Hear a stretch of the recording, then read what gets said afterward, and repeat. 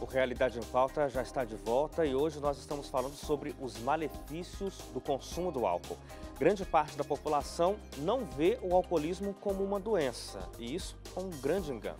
Uma pesquisa feita pelo Ministério da Saúde apontou que o consumo abusivo de álcool foi de 19,1% em 2017 e a incidência é maior em homens do que em mulheres. E agora você acompanha o relato de uma filha que luta pela aproximação com um pai alcoólatra e também vai entender a relação do consumo do álcool com o crescente número de acidentes de trânsito. Já percebeu que quem consome bebidas alcoólicas costuma afirmar que está fazendo mal somente a si mesmo? O Realidade em Pauta conversou com a filha de um alcoólatra. Mima Souza revela quais são os problemas enfrentados por familiares de quem não consegue se libertar do vício. Eu nasci e minha mãe já tinha se separado dele, né?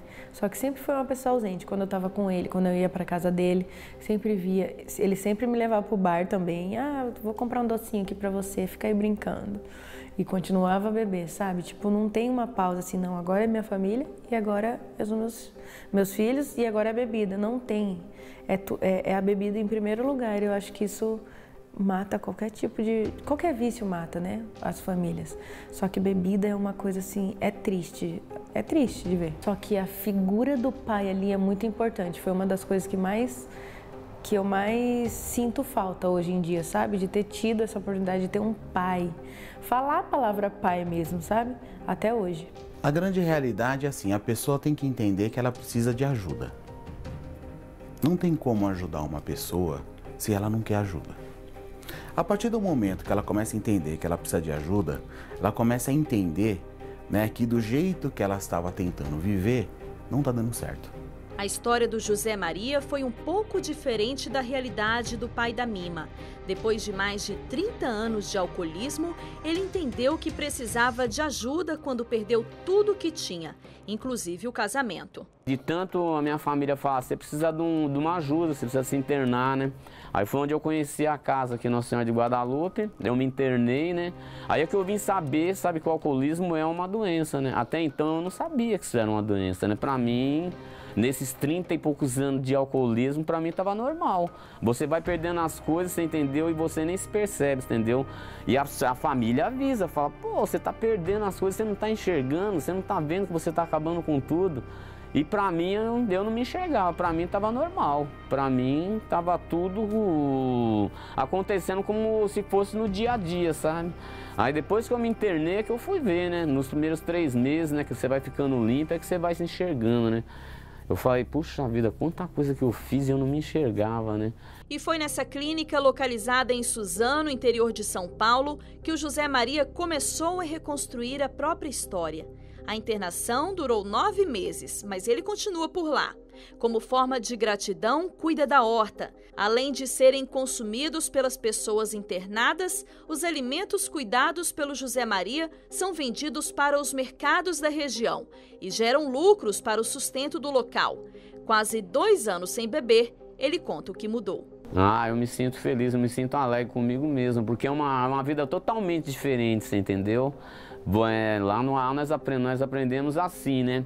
Problema todo mundo na vida tem, você entendeu? Então a gente tem que resolver ele sóbrio, de cara limpa, né? Não adianta a pessoa pegar e falar assim, não, eu tô com um problema, eu vou encher a cara, vou tomar para resolver. Não resolve nada, pelo contrário, né? Acarreta mais problema ainda, né? Hoje eu me sinto feliz, porque pode ter qualquer problema que eu procuro resolver da melhor maneira possível, você entendeu? Se não deu para resolver hoje, eu resolvo amanhã, resolvo depois, né? Mas sóbrio, tranquilo, calmo, você entendeu? Mas os problemas gerados pela ingestão de bebidas alcoólicas podem ir além dos prejuízos na saúde e nos relacionamentos. Isso porque misturar bebida e direção ainda é uma das principais causas de acidentes no trânsito. Quem acompanha essa realidade de perto é o tenente da Polícia Rodoviária Federal, Paulo Roberto Marcílio. Segundo ele, mesmo com a tolerância zero da legislação, muita gente ainda se arrisca em pegar o volante depois de ter ingerido bebida alcoólica.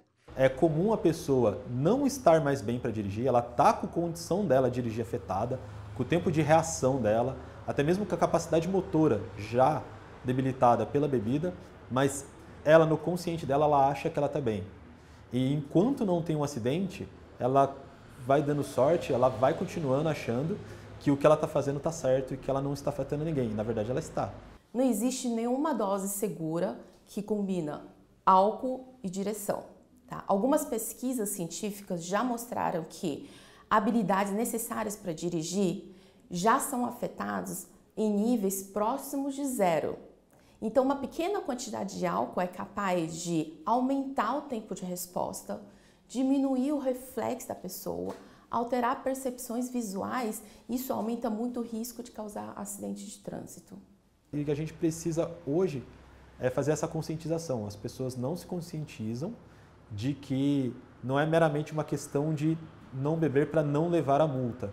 As pessoas precisam entender que ela não deve beber para ela não sofrer um acidente. Além de preservar a vida e a saúde, tratar o alcoolismo pode ajudar a recuperar relacionamentos com doses extras de amor.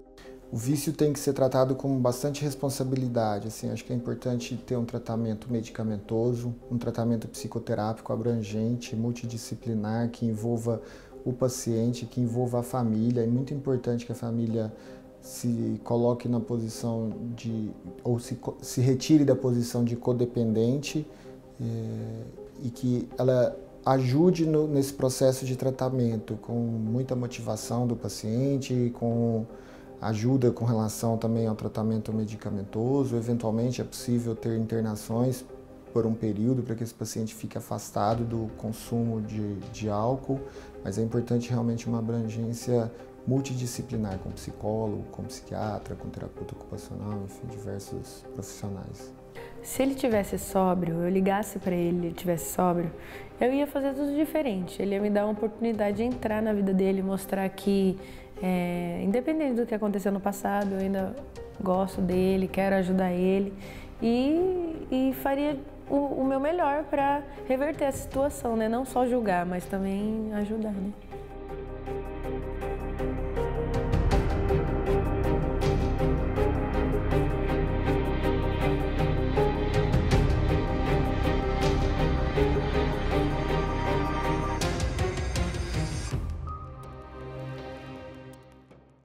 Bom, e aqui no estúdio a gente volta a conversar com a doutora Eulália Augusta dos Santos. Ela é médica psiquiatra com larga experiência justamente nesse assunto, no tratamento da dependência do álcool. Eulália, por que é que aparentemente os homens são mais propensos à dependência do que as mulheres, no caso do álcool? É muitas vezes pela própria cultura. A cultura tem essa característica, né, do homem muitas vezes sair mais, ficar mais em grupo. E a gente vê que realmente o consumo de álcool, na maioria das vezes, ela começa de uma maneira experimental, de uma maneira por curiosidade. E é onde que o homem está mais sujeito a isso. E a mulher, embora ela seja mais sensível, ela tem esse consumo menor porque ela não tem tanto esse padrão cultural. Mas, infelizmente, está aumentando muito o número de mulheres que consomem muito álcool. E esse impacto é muito grande porque a gente vê que quando a mulher está envolvida, aquilo ali envolve crianças, envolve toda uma família que fica em sofrimento. E, infelizmente, hoje em dia, a gente vê uma família toda alcoólatra, ou uma família que usa álcool com vários tipos de outros tipos de droga. Por exemplo, eu já tive pacientes com 70 anos de idade que, usando o álcool, eles não perceberam, e aí foi oferecido um crack, e a pessoa, além da dependência do álcool, fica dependente também de um crack. Então, assim, o álcool ele é uma porta de entrada para vários tipos de outros vícios, e isso daí vai prejudicando cada vez mais a família. As propagandas de bebida sempre vêm com um alerta, beba com moderação. Mas pesquisas recentes têm mostrado que o consumo de álcool, mesmo em pequenas doses, ocasiona dificuldades e problemas, inclusive no âmbito psiquiátrico, psicológico. Você concorda com isso? Dá para beber com moderação ou o álcool, mesmo em pequenas doses, realmente tem um potencial abrasivo para o cérebro? Ele tem esse potencial porque, assim, é aquilo que a gente conversou antes. O álcool, ele realmente é acompanhado de várias outras comorbidades psiquiátricas. E essa comorbidade psiquiátrica que geralmente existe, uma depressão, uma ansiedade, ela com o álcool, ela potencializa. E isso daí, a pessoa que já está fazendo uso, mesmo moderado ao álcool, ela começa a ter esse tipo de alterações. Então, fica mais depressiva, fica mais ansiosa, fica mais agitada, fica mais perigosa. Então, é onde a gente vê o marido, que antes é muito legal com a esposa, ele começar a ficar agressivo inicialmente verbalmente, depois até fisicamente. Não é a repercussão que tem para aquela criança que fica com medo do pai. Então, ela não é uma substância assim tão inocente como as pessoas pensam. A partir do momento que se instala uma dependência química, é muito difícil o controle. É uma doença crônica que não tem cura e que a cada dia a pessoa vai lutar para que aquilo ali não aconteça de novo. Então, a gente fala muito, gente, a gente tem que evitar o primeiro gole, porque o primeiro gole vai desencadear todo aquele processo, aquele sofrimento, tanto para a pessoa, tanto para a família.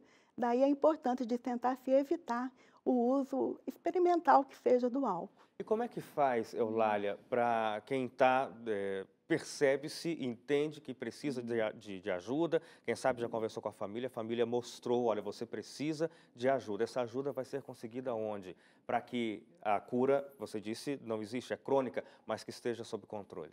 Bom, inicialmente, essa pessoa tem que ter uma avaliação médica.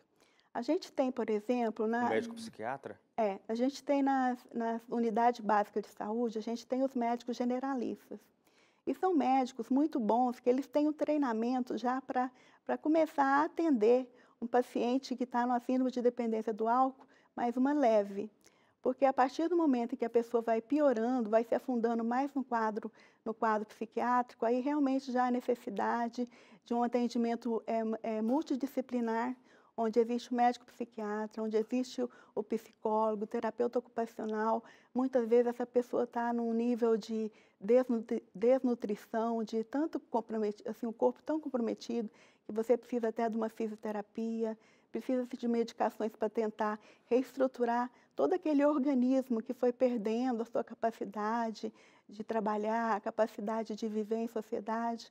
E a gente tem que tentar resgatar isso tudo do paciente. Eulália, eu agradeço muito pela sua colaboração com a gente aqui dentro do Realidade em Pauta, tratando de um assunto que é tão importante para o nosso telespectador e para tantas famílias no Brasil. Muito obrigado. Obrigada, e que essa entrevista realmente seja para conscientizar e para que as pessoas não vivam, não sofram tanto com o uso do álcool. É verdade. A você de casa, muito obrigado também pela sua colaboração mais uma vez com a gente. O Realidade em Pauta fica por aqui. Essa conversa com a Eulália, a matéria que você acompanhou, vão estar disponíveis lá no nosso site, novotempo.com/jornalismo. Eu espero você no nosso próximo programa. Até lá.